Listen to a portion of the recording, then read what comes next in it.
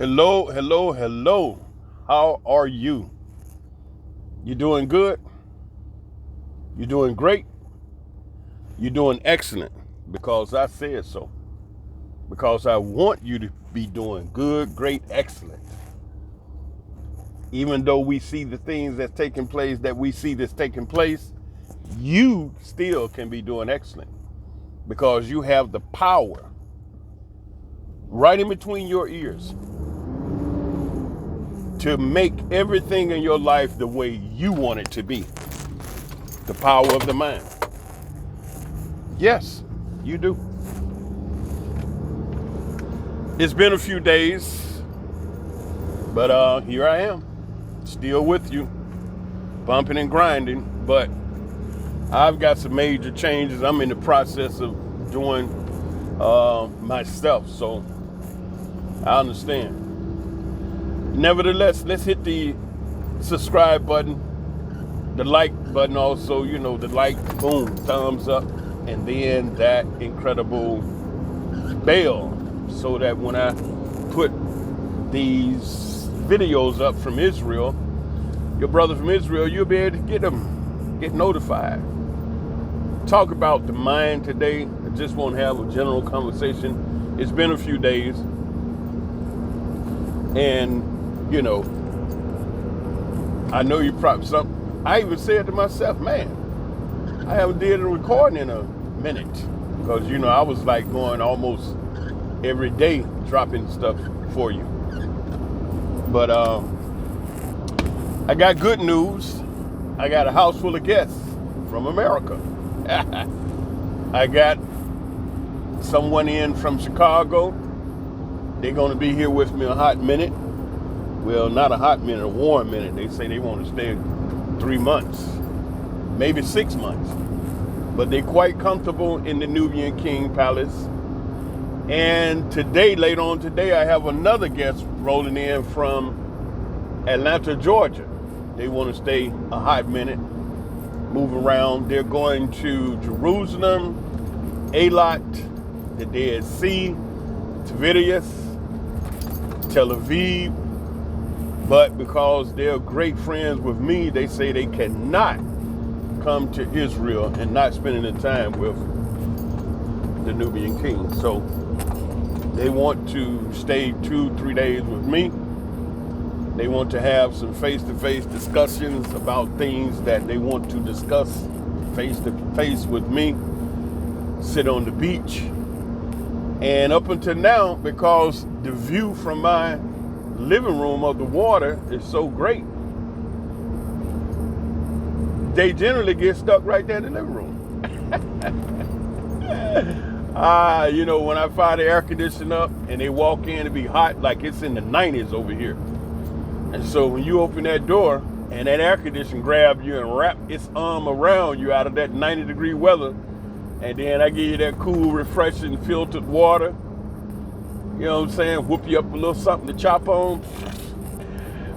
They say, you know what? They sit on that leather couch and look at that water. They say, ooh, I'm comfortable right here.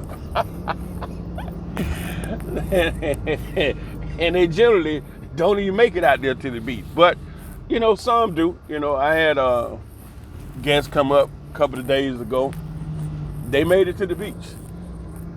They woke up early, was sitting out there and said, man, it's quiet in here. I'm like, isn't that what it's supposed to be at night when we sleep? Quiet?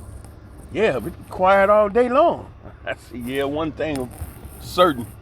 The only thing I was told when I took this place is that everybody in this building cherish their quiet. The only noise you hear is when someone doing some renovation on their unit, Other than that, we don't have that kind of experience. Police coming and all kind of drama. And we have a mixture of people in that particular building I'm living in. And so, yes, it's very quiet. And we love it. You can sleep in the day, the night, anytime you need to rest. You can lay your head back and nod right off. Yep. So they're enjoying being in the Nubian King energy, because that's the way I keep it. It's very, very selective. It's hard to get in my personal space. That's for sure. But these are very special spirits that have come to me and requested, lodging to be with me to, experience Israel. And so far, they're having a ball. Individual out of Chicago, after a few days, said that, wow, I haven't been this relaxed in a long time. I didn't even realize just how tense I was until I got over here with you, big bro. Well, that's understandable.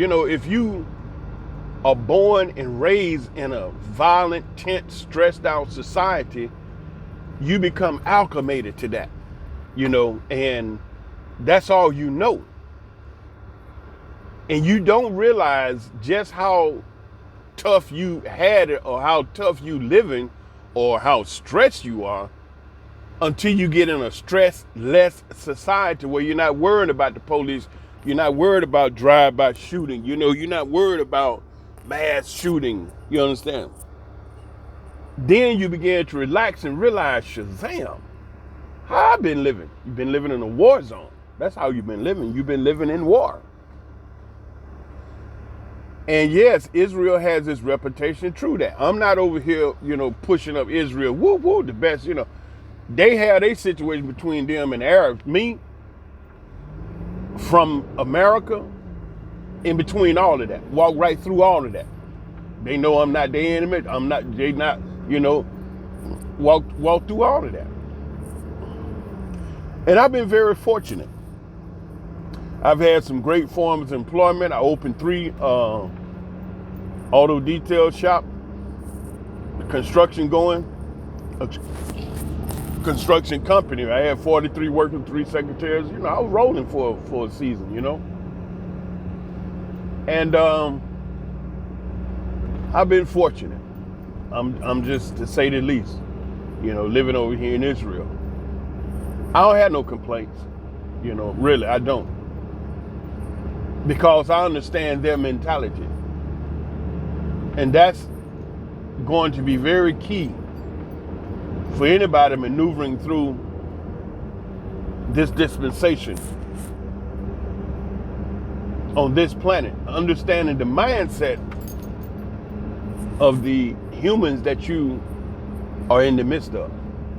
That's going to give you upper position when you can understand the way they think. Okay, and then what they do, you don't take it personal. What they do, you understand that's what they do. And you're not going to change them. It makes no difference how much you beg, how much you plead, how many votes you cast. You cannot change the fundamental character and nature of a being. The horse is going to be the horse. The lion going to be the lion. The bird going to be the bird. And the bumblebee going to be the bumblebee. No matter how much you may want it to change from what it is, it ain't going to happen. White people going to be white people. Black people going to be black people. Nubian people, European, they're all going to be who they are. Israelis going to be. And so you have to be able to understand the mindset of the beings that you are in the midst of.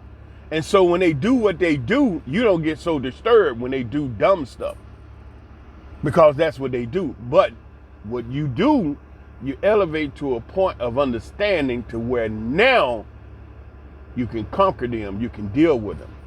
You have the power to be able to dictate what you want to happen based on what you want to happen. You understand? Because that's the power in between your ears, that area that many are never introduced to. You remember that Star Trek?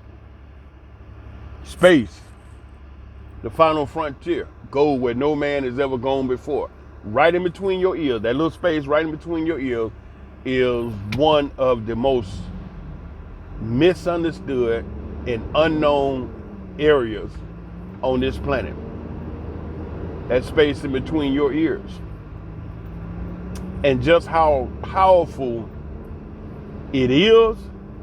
But the majority of the humans on this planet is never introduced or even connected to that power. So those that are the ones that's having the best time, the best experience here.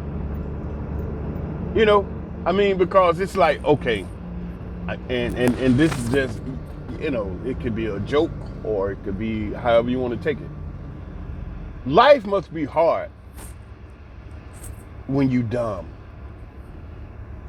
Okay, now that came out rough, right? Life must be hard when you dumb. Okay, dumb is like a negative connotation that says you dumb, you don't know nothing. Ignorant is another word that you hear people say from time to time. You're ignorant. Ignorance, even though it sounds bad, sounds rough, sounds offensive, the word simply means lack of knowledge. You just don't know something. You're just ignorant of that. You don't, but you know, we've used it in a manner that is very degrading, offensive, and condescending. Man, you just ignorant. And then we can say you just ignorant. You know what I'm saying? But it just simply means you don't know. Now, you can come around, I can say it different. I can say, you know, life must be pretty tough for those people that don't know too much. That might not be too hard. Or you can say, man, life must be tough when you short of understanding. Or you lack of understanding. That could be a little bit more, you know, palatable, acceptable. But in the end, you just don't know certain things. And so, you know, instead of going the long way, there's a short way, but you don't know the short way. So you don't have that knowledge. And so you end up going about the roundabout, the long way, the scenic route, and everybody else already here waiting on you. Because why? You didn't know the other right, the short route. So they can say, man, this dummy, you know, and it be real hard sounding. And it do. Man, you dummy. Dude, you didn't know you should have made a left back there? No. Okay, all right, come on. He finally made it. Oh, wow. Wow.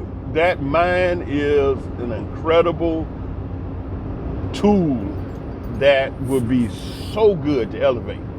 But hey, you remember the study I mentioned a while back that they told us about? I mean, not they, this is Dr. Johnson told us about. When Europeans set out to put the final nail in the coffin of the black people inferior to white people. This is the objective that they set out. They wanted to prove once and for all that black people are inferior to white people through the DNA. And so I'm just gonna make a long story short. They discovered that African people, black people they call, have 9 DNA series, and European people, white people they call, have 6 DNA series, and animals have 5, 4, and 3. So their objective actually backfired on them and showed them that black people, African people, descendants of African people, actually have more DNA series than any other race of people and animal on the planet. All right, and so what did they do when they discovered that? They what you do when you don't want nobody to know information? They copyrighted the information and sealed it up. So when they copyrighted it, they have the sole exclusive right to do whatever they want to with that information. So they sealed it up. Don't want black people to know that. See, the only thing they want you to see, black folk, people of color, is negative things about yourself. You understand? Because, you know, they're always worried about who they are, their position compared to everybody else in the world. We're not worried about it. And that's why they came up with this whole race thing. The whole world, people that's out there, man, before all that started. So the lowest form of beast, lowest form of human came with this race crap. I'm white, you black, you brown skin, you too black, because it was them that had the issue with who they are. So they discovered that. And in their discovery, they became aware that the more DNA series a person have, the more intelligent they are. That's why they copyrighted and sealed it up. Yeah. And see, this is something that, it's uncomfortable when you realize that you got the short end of the deal. You the short end of the stick. And so because of that, they mad.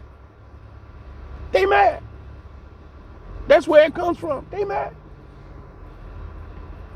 And then, check it out. Ain't nobody even bothering them. That's the whole point. Ain't nobody even bothering you. It's just like right now, do you see black people out in the street talking about slavery? Protesting because our ancestors. No, man. The only one thing that you hear any black people really seriously talking about is reparation from that. Everybody else done got paid. These Jews, the Chinese, Native Americans, just about everybody done got broke off, except the ones that built America. And in order for them to get broke off, it's going to have to be a whole mental shift on what they understand, who they are, and how they present it.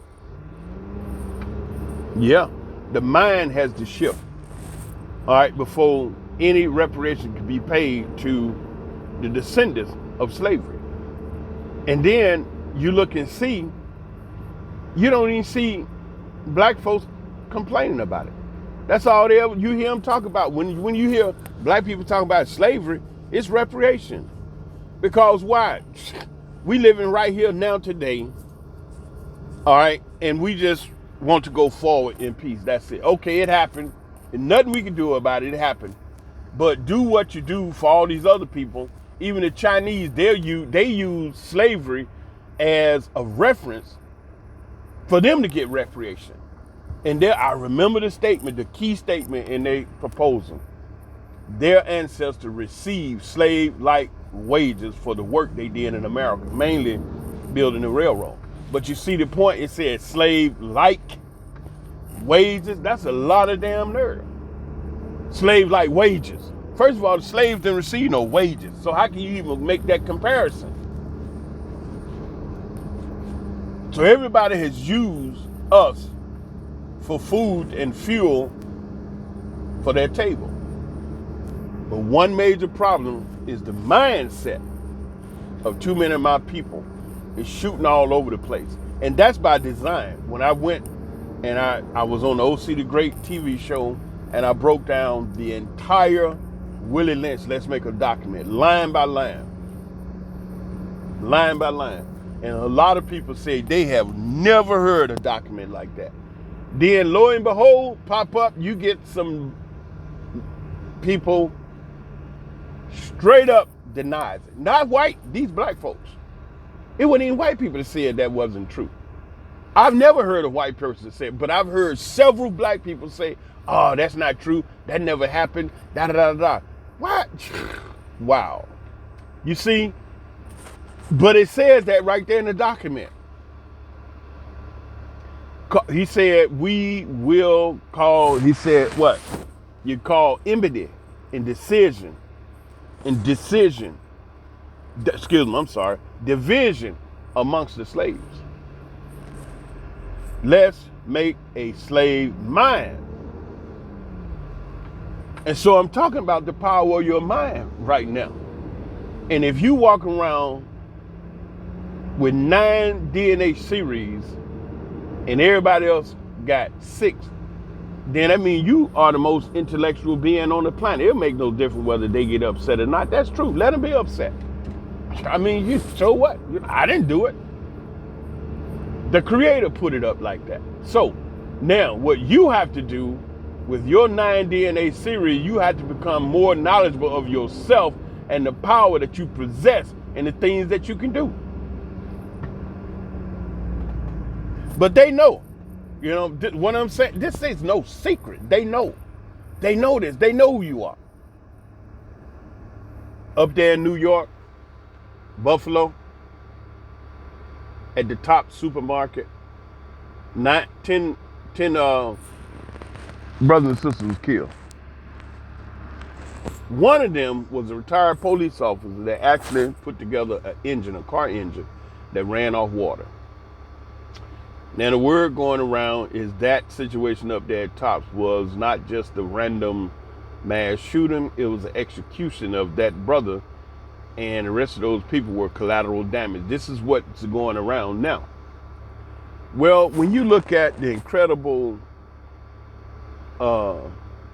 energy industry selling fossil fuel, petroleum oil, and you see all these cars and trucks and motorcycles, every single second of the clock, 24 hours, 7 days, non-stop, 365 days a year, including leap year, they running these engines, and that's billions of bit. I mean, the amount of money you can't even imagine. You can't even imagine. And how much do they say the average cost to kill somebody? $5,000. You got $5,000, you can have somebody murdered.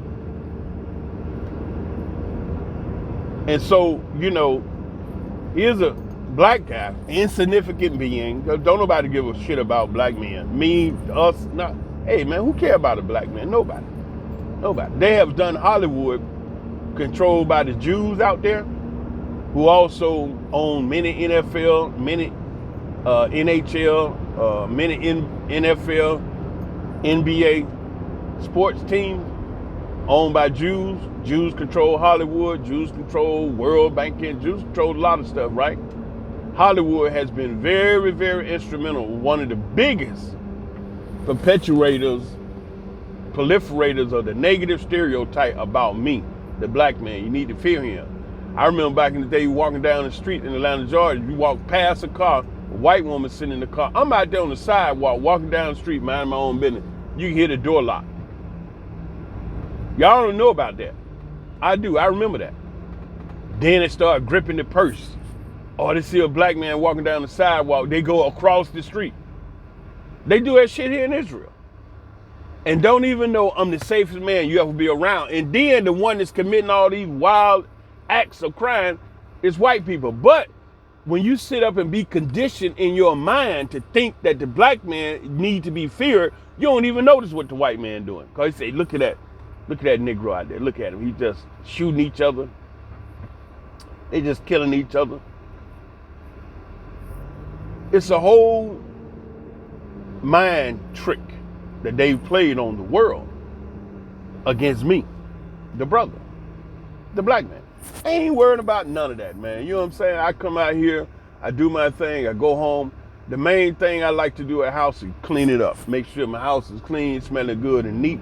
That's a beautiful feeling, man, when you walk into your house and it's all clean and neat. And the very first thing I do before I get out the bed is make the bed up. When I'm laying in the bed, before I get out of bed, I'll scoot over to half the bread and I'll reach over and I'll straighten out the covers and sheets and whatever real nice and neat. And if I got sheets with lines in them, I make sure the lines is even along the mattress so they can look good. And I get them nice and neat, that half, put the pillow on it, and then I get out and straighten the other half up. And then I tuck it along the edges because I got this beautiful wood frame all around the bed, right?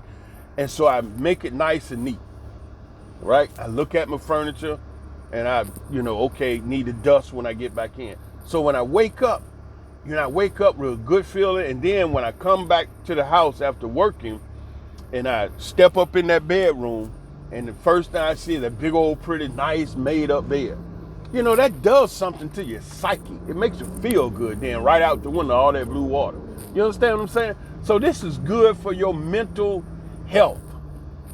I read this report once that said that people that live around large bodies of blue water are more mentally healthy. And I believe that. I do. Some days I eat, go out and sit on my balcony and look at that beautiful water. The temperature is right. The birds is chirping. Man, that's nice. You know what I'm saying? That's nice. Who couldn't be a loving individual in that type of environment? But if you living in an old hellish environment, it's noisy, and you hear shooting and then wilding out and traffic and And can't, man, please, you be tense like a mofo. Somebody say, boo, you done jump out your skin.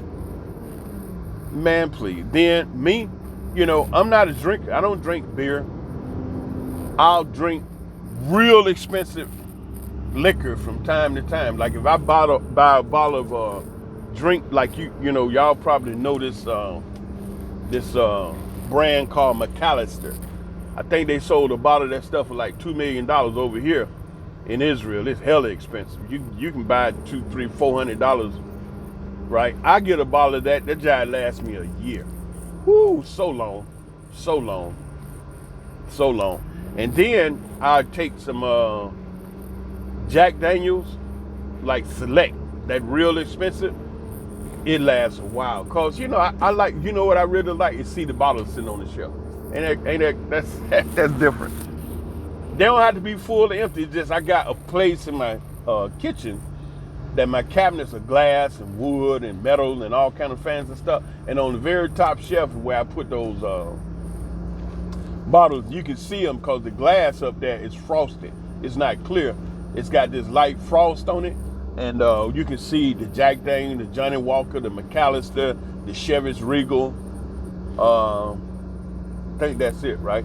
And so I, have them up there. Man, I take a sip, like a shot, every blue moon. I mean, when I tell you every blue moon, And that be that. That be it. It's cause, I ain't trying to go off and get drunk. But every now and then, I mean, it's like, oh, let me just take a look. That's like, okay, I'm not gonna work tomorrow. I'm finished working today. I done shower, I'm chill. I'm sit back and watch a little movie. I might say, hey, let me take a shot or something. So I go in there, hit a little shot, boom, that's it. All she wrote. Ain't no getting drunk, falling out. I don't need that. And I just do that. Like, and I had a bottle of Jack Daniels sitting up there so long.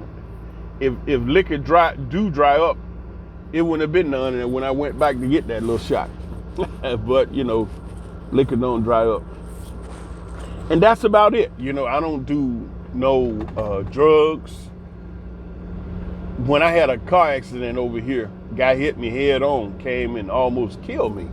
Boy, they took me up off the street, knocked me unconscious. When I woke up, I was in the hospital, mucked up, both feet, both knees, both wrists, chest, nose, bloody.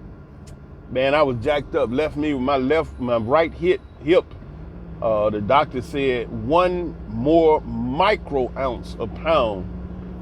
All of those ligaments would have been ripped from the bone. He said, you probably would have walked, maybe not. We might have the accident, maybe.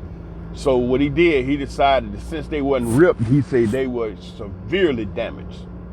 Like so bad, my back hurt for 7 years. And they wanted to do pain therapy, but pain therapy is like opium. Because the stuff they were shooting me in my right hip, it wasn't nothing. My right hip area, they put the needle, the pain, man, it wasn't doing nothing. Then Doc said, well, we can make it stronger. I said, what you got? And I sit there and read that stuff. I said, oh, here. It said, do not take this more than 10 days. Then be warned that pain medicine can become addictive. I said, oh, hell no, that ain't me. He said, okay, what you gonna do? I said, I'm going home. I just figured something out.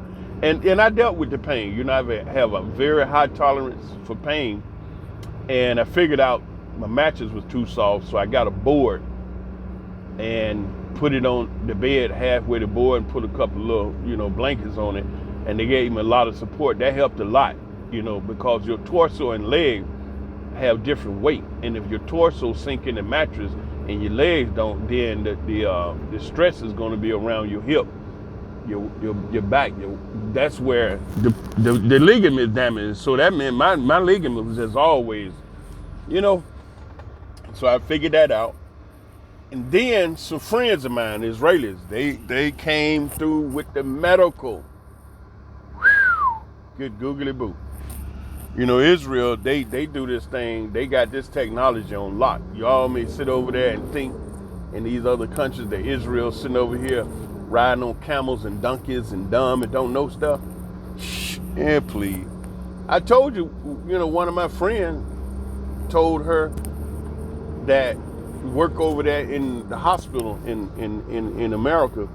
Sister said she heard that they don't have cell phone in Israel. I told her, boo boo, I'm talking on the cell phone, a Galaxy A71, brand new. I said, hold on. So I went in my dresser drawer and I pulled out 4 other cell phones. Verizon cell phone, iPhone, what was that phone? LG, and one other I forgot. No, it was Android I brought in. Yep, from the state. And so I got 4 cell phones in Israel. One here, right, I brought from the state. And she said she heard they don't have cell phone in Israel. Man, please. Israel is a powerhouse in technology. Like in the United States of America, you have a major sports league. Basketball, football, baseball. And you have athletes that become multimillionaires, and some of that money they take invest, and some of the investment grow real good, and they wind up seriously rich. Like the brother that owned 300 Wendy's Old Fashioned Hamburger, he was an ex-NBA player. And it was a commercial that I saw. He owns 300 Wendy's Old Fashioned Hamburger locations, and the commercial was about a company that deals with other companies' energy solution to help them to lower their energy costs. And so since the brother owned the 300 Wendy's location, they helped him to streamline his operation so that his energy costs would go down. But the point is that the brother played in the NBA basketball player, I forgot his name, and he took the millions that he made and went into business, and 325 Wendy's Old Fashioned Hamburger mean he can maintain his lifestyle till he go. Okay? And so that is an industry that a lot of people make millions.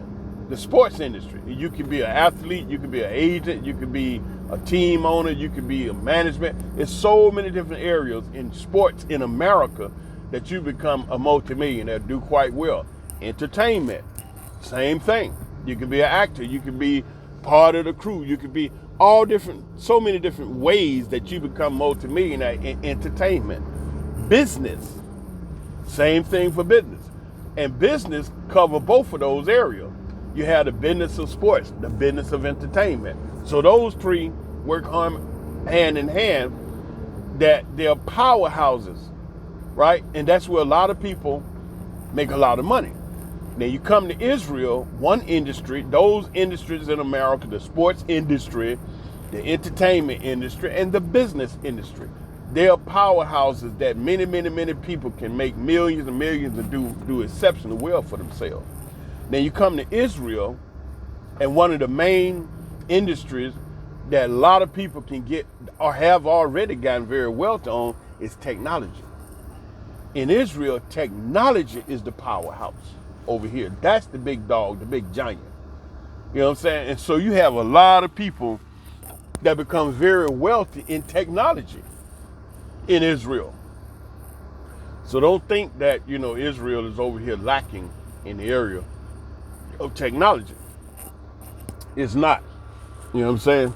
So when you dealing with the mind, nowadays, these bandits are using technology to control people's thought process. Yeah. Now, hold up. Let me say this to you, because this is key. Do you know what is the definition of technology? When you hear people say technology, what do you think of? What comes to mind when I say they use technology? Computers, right? Because when the computer was produced, it was when the personal computer became on market. And I remember, because my mother bought me an Apple little bitty thing with a 5 1/4 floppy disk drive. I had a PC, personal computer. But computers had been out before we saw the personal computer. But at the advent of the personal computer, you see how that guy just crossed over in front of me like that? Ooh, they do that all the time. But see, the thing is, they'll do that, and most of them will get right in front of me, slam on the brakes, trying to get over there, and not even be conscious that you slamming on the brakes in front of a fuel truck with carrying 12,500 liters of fuel. Them knucklehead do that all the time. Then when I look in the rearview mirror, it's nobody behind me. Like right now, ain't nobody back there. As opposed to waiting 1 second until I roll by and you ease over more safely, they'll jump in front of me, slam on the brake, and then, because they're waiting on somebody else to go so they can get over. It's a damnable shame. So anyway, the personal computer, once it came available to the public, the word technology came too. And so that's why when you use the word technology, most people think of computers, right? That's why when I'm speaking to people about a higher intellect on this planet, I never say the word alien. Because the word alien comes with already predetermined thought concept and description of what an alien is. And they have got a lot of people to think that aliens are coming here to attack us. My question is, I'm down here on the planet with you, and you on the planet with me standing next to me looking up. How the hell you know what they coming to do? You see what I'm saying? How people's mind can be programmed? So when you hear the word technology, you already programmed to think computers. But what is the definition of the word technology? The definition of the word technology is a way of making and doing things. That's what technology is. Technology is a way of making and doing things. Do you know when you are making cornbread, for those of you all that do know how to cook and make cornbread, when you walk in that kitchen to prepare that cornbread, there's a certain technology that you use in the preparation of cornbread. Man, woohoo! That is so bringing it home.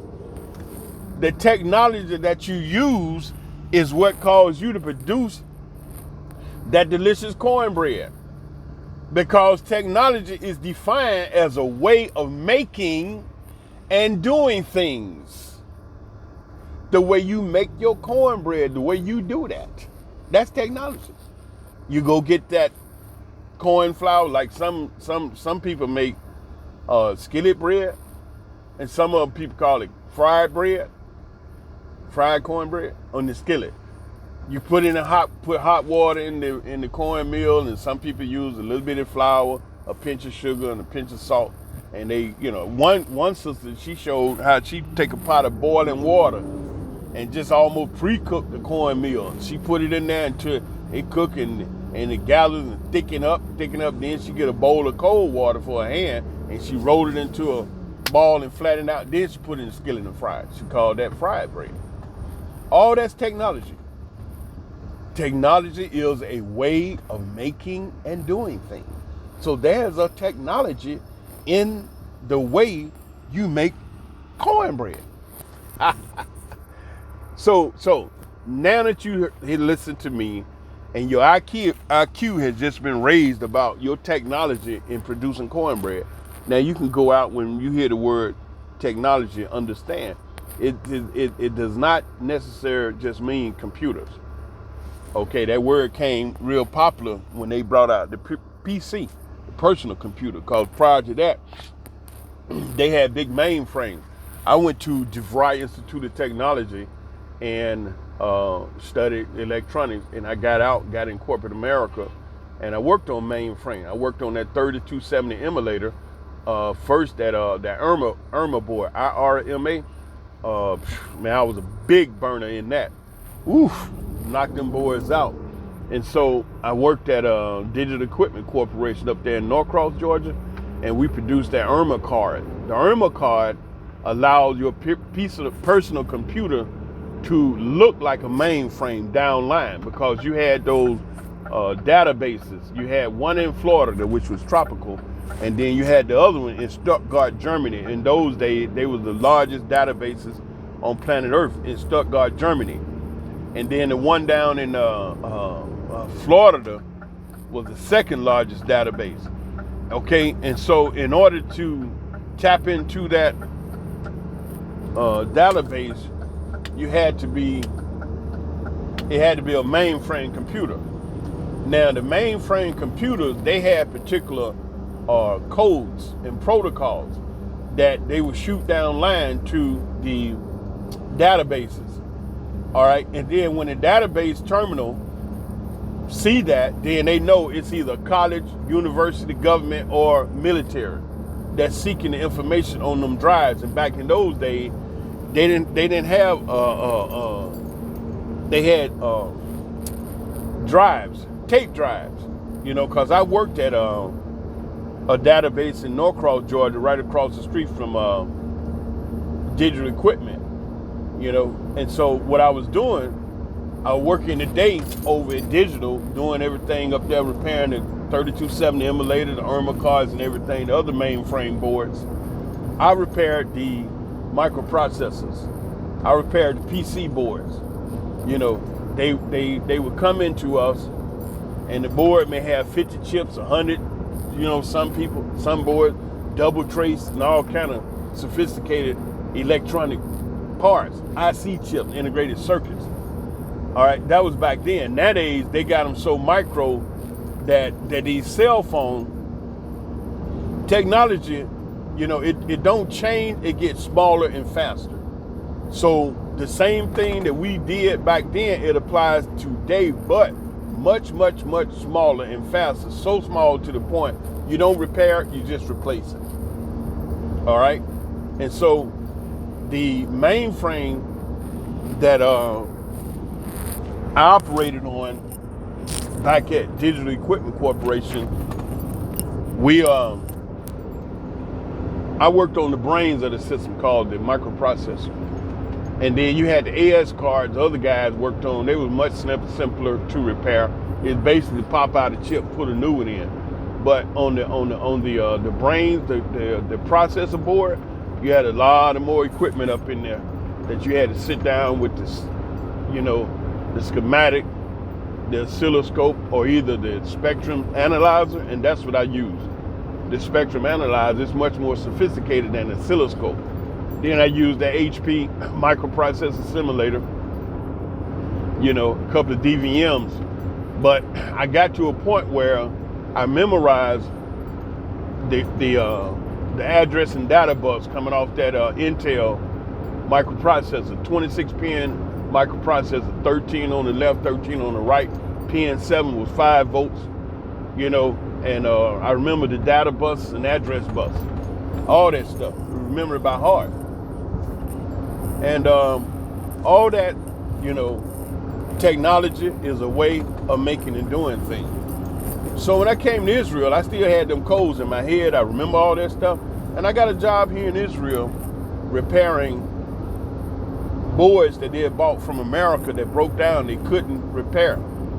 America didn't send the schematics, so they didn't want Israel to reverse engineer and do it. So they sold them the board, the hardware, but they didn't have technicians over here that understood how to repair them boards, because them boards was hella complicated. When you have one leg coming off your IC chip, but it feeds 4 or 5 different traces, man, that becomes a repair nightmare, because that same signal is going 4 or 5 different places on the board. And if that one signal is bad, then it's sending the bad signal 4 or 5 different places that fans out, and it looked like the whole board is bad. So now you got to figure out that ain't the problem. Man, it could be a technician nightmare unless you're good. And see, we was good.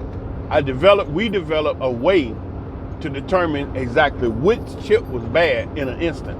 We never told nobody to this day.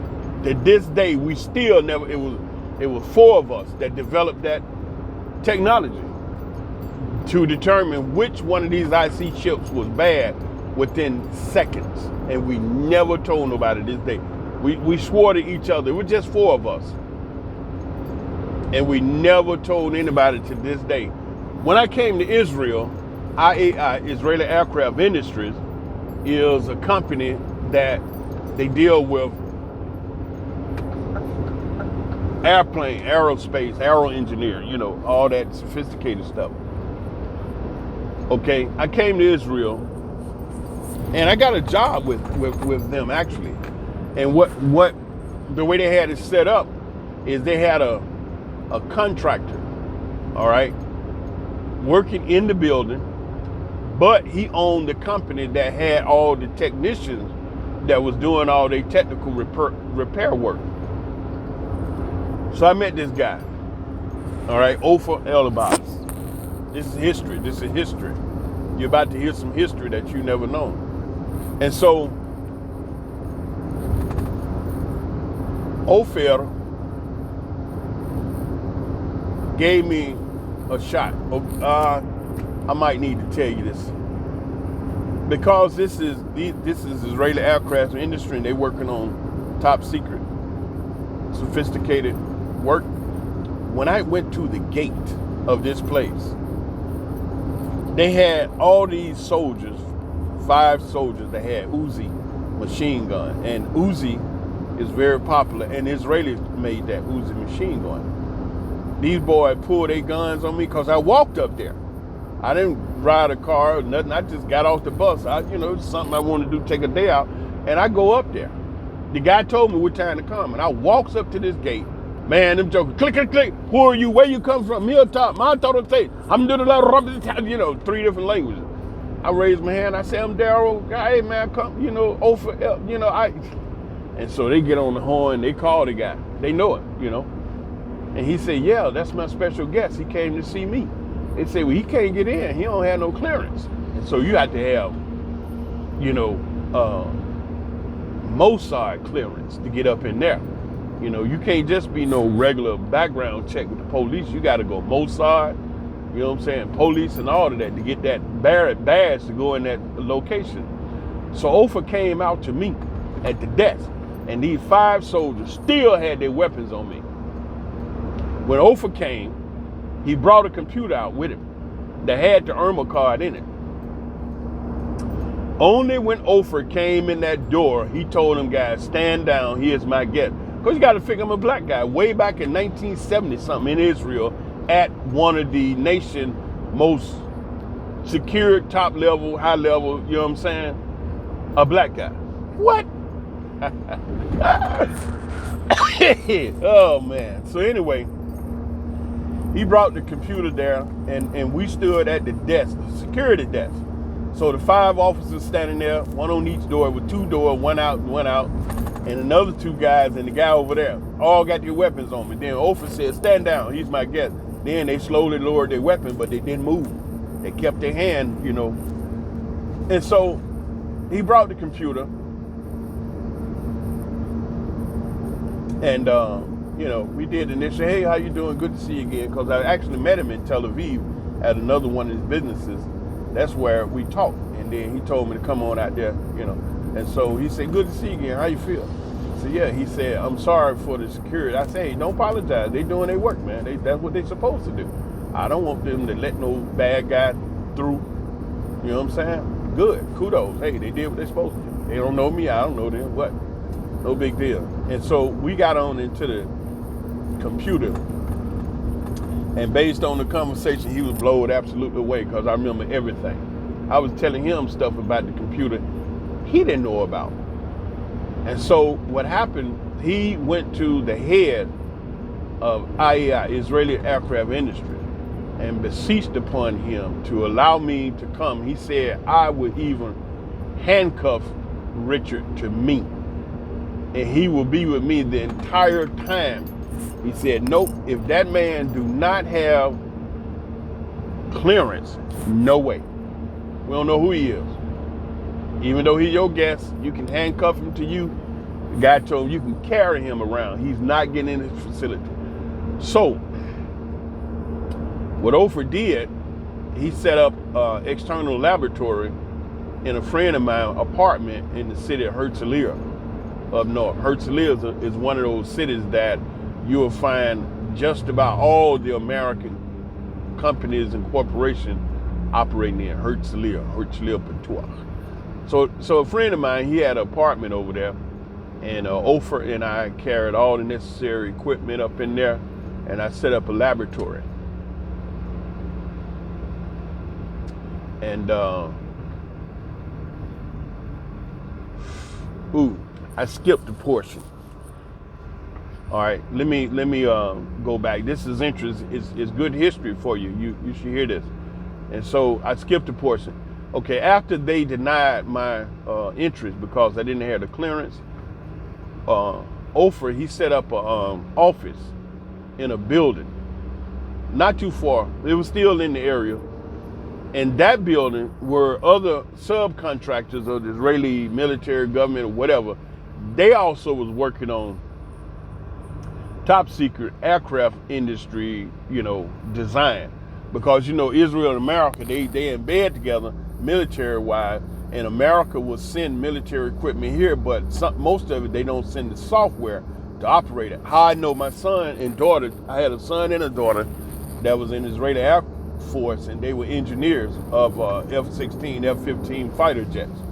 And so they explained it to me. Then they had open house out there on the base in Mitzpe Ramon, and that's where the families can go out and see what the children are doing and know exactly, see the barracks that the children, sleeping in and everything. And so, I ain't never been prouder, man. My son, the only soul brother up in there, all these Israelis, and my son has a brain sharp as a computer. And the young man was 17 years old, aircraft engineer. And all these Israelis that came, he gave a seminar on the F-16 engine. They had it all broke down on the stand out there so people could see it. And that was my son explaining this engine. At the time, the F-16 was Israel's top craft. And my young son, 17-year-old, the only soul brother out here, all these Israelis, me and his mother standing there in the crowd, we listening and watching. And these Israelis asking questions, and he firing it off the answer. Brother, laying it out. All in Hebrew. Man, you couldn't have found a more prouder father. Wow. Y'all got to hear that. This little black boy over here in the midst of all these Israelis breaking it down in Hebrew. Oh man, you talking about a proud father. I'm standing there, man, my chest so big, I got to back up a little bit. My son, well, he took after me because, my technology and everything. So anyway, let me get back to what I was telling you. So anyway, the guy Ofer, he opened up a satellite office in a building. Okay, and so he carried all the stuff. Now, that time, he and his employees set up everything. He just told me to come a couple of days later. All right. So when I do show up, it's like 8 in the morning. As I walk into the building, some more Israeli is walking in also. And then as I walk in the hallway, one Israeli looked back and see, he said, oh, the cleaning supplies in this room. And he said it in English. Okay, he didn't say, who are you? Why are you here? He just right off the rip said, oh, the cleaning supplies in this room. Why does he say that? Black man. Ethiopians over here cleaning up everything. The majority of them. And due to the psyche that Israelis feel that we are to be, serving and cleaning and all that. All they ever saw in those days, black people cleaning up stuff. They ain't never seen no black man do anything at the level that I was doing. So he just assumed that.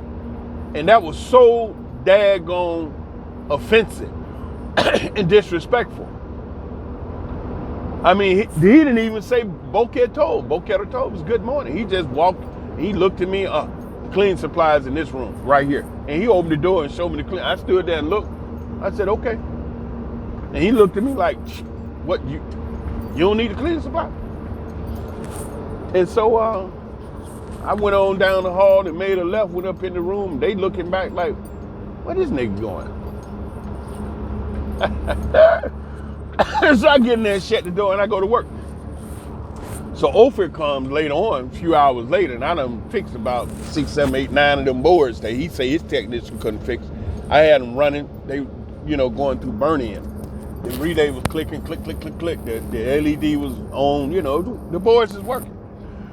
He walks in, he has an arm full of boards, and when he comes in and see them boards working, he gets so excited, he drops the board he had, and he said, wow, you can fix them.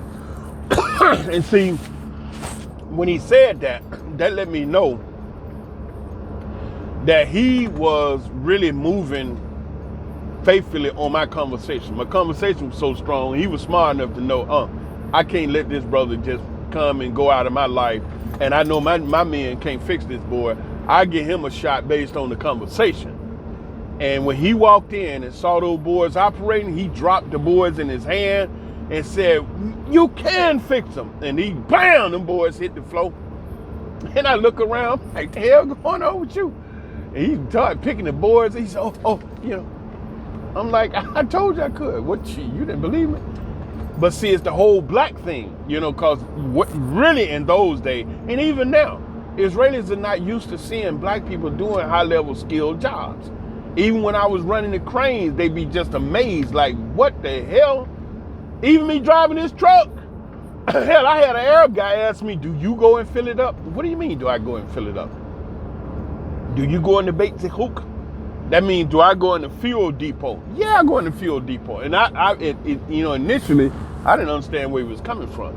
But what it was, because he Arab, they won't let them go in places like that, because those high security facilities. He said, you go? I said, yeah. You got permit? I said, yeah, I got permit. Why you ask me that? See, I didn't realize at the time, because I just started the job. And so then I found out, man, they don't let no Arabs near nothing like that. Are you kidding me? He was quite surprised to see a black man doing it. And so anyway, bro, know I can fix the equipment. So, man, it was on. I made him pay me $150 per board.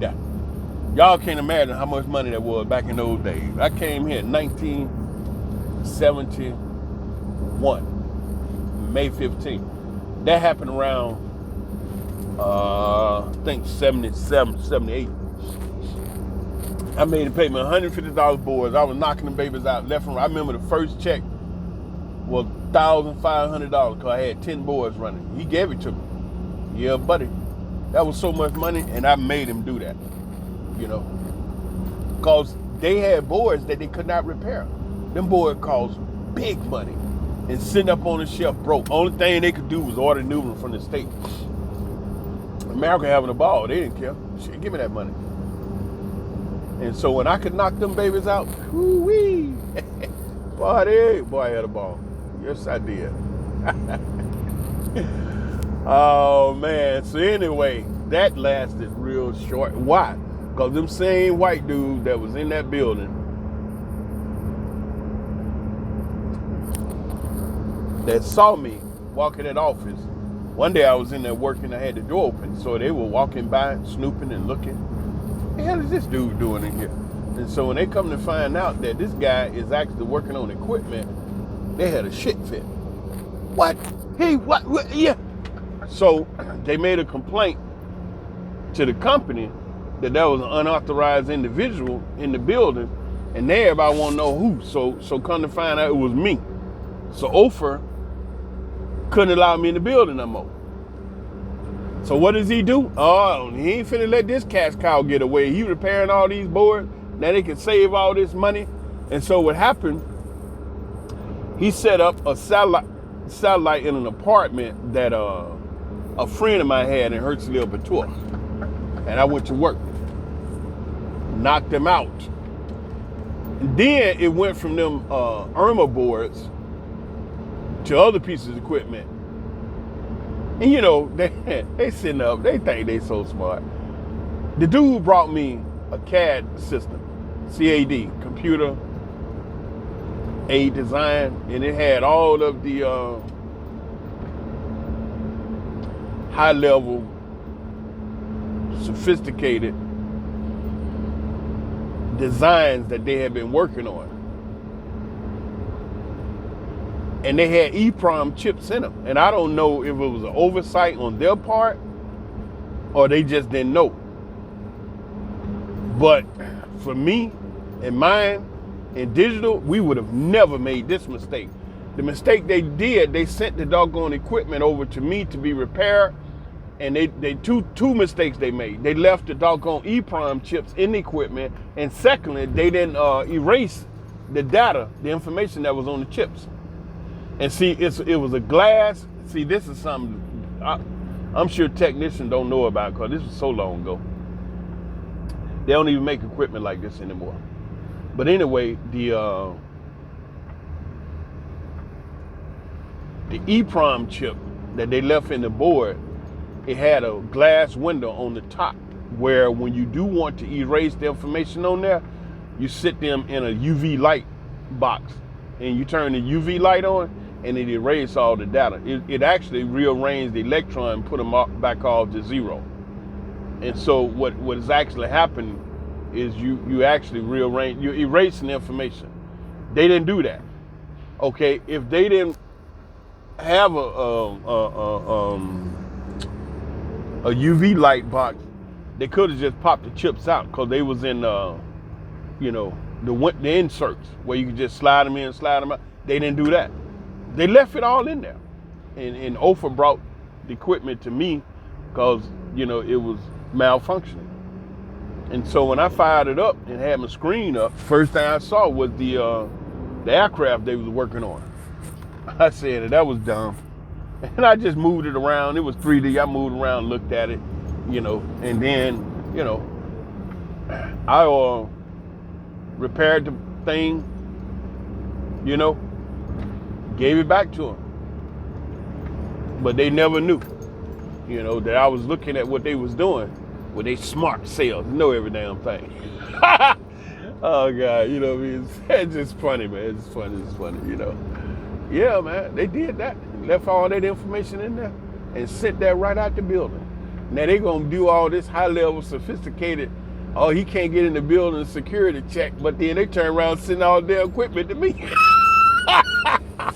Dumbasses. This is the equipment they don't want me to see. That's why they wouldn't let me in the building.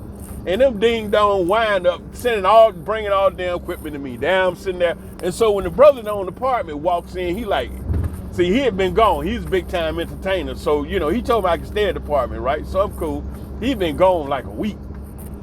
So he pops in one morning. I'm sitting there. I got my shorts, t-shirt on, I'm chilling. I got this big old laboratory set up, all these computer screens and oscilloscopes and all this stuff going on in the apartment with the little TV playing soft in the background. He walks in and he opened the door. He's standing there. He said, "Whoa. Hey, what's up, bro? Seems like I need to be asking you that. What's up? What's going on in here?" I said, "Oh, I'm working. I got a job repairing these computer equipment." He like, "You know how to do all this?" I'm like, "Yeah, bro. What you think? I'm doing it." And so he pulled up a stool and he sat there next to me. And he talked and he asked questions. He talked and he asked questions. He was completely blown away. Brother sat on that stool for 4 hours. I remember. He came in early by 8 in the morning. It was 12 something that afternoon when he finally got up and went on back there in the room. He had a bag in his hand, plastic bag with something, and he held that bag. He was just so overwhelmed at all that equipment and me sitting there, doing it, But that all goes to the power of that space in between your ears. Yeah. Yep. So anyway, that might have been interesting to you to hear that and watch me drive around Israel Anyway, the power of your mind is incredible. Need to really get to know it. Maybe I'll do another one talking about the pineal gland, how it works, and how you can develop it. Okay, how the pineal gland, it connects your thoughts to the physical creation.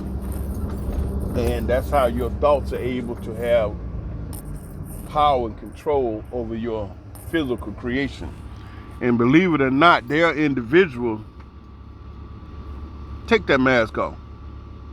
I know you ain't sitting up here in the truck by yourself with a daggone mask off, man. You don't take that mask off, I'm gonna come take the battery out your car. Take the mask off. God almighty, man. You know ain't no. Anyway, yeah, he sat up there with a mask on. Ah, wow. Come on, dog. Don't do me like that. You're in the truck by yourself with the windows up. You don't know what I'm talking about. Oh, God. Did you do that, man? Come on, bro. Take that mask off. Anyway. I'll tell you about the, maybe I will. But in order for me to open up and talk about the pineal gland, it has to be, the right spirit, right energy, right feeling. But simply the pineal gland is that gland that can take your thought energy that you can't feel and convert it into energy that you can connect with the physical creation. Meaning that your thoughts can have power over matter. Maybe I'll go into with you, but it's been long enough. If you're still listening, which, I hope you are. I hope you heard something that was inspiring, funny, or whatnot, and make you laugh and make you think. Okay? But, hey, anyway, like I always say, I say these things because I love you, and I really do. I say them because I love you. But how much do I love you? A lot. Like from the basement of my heart way up to the attic of my mind. I love you 24/7. That means I love you all the time. Shalom.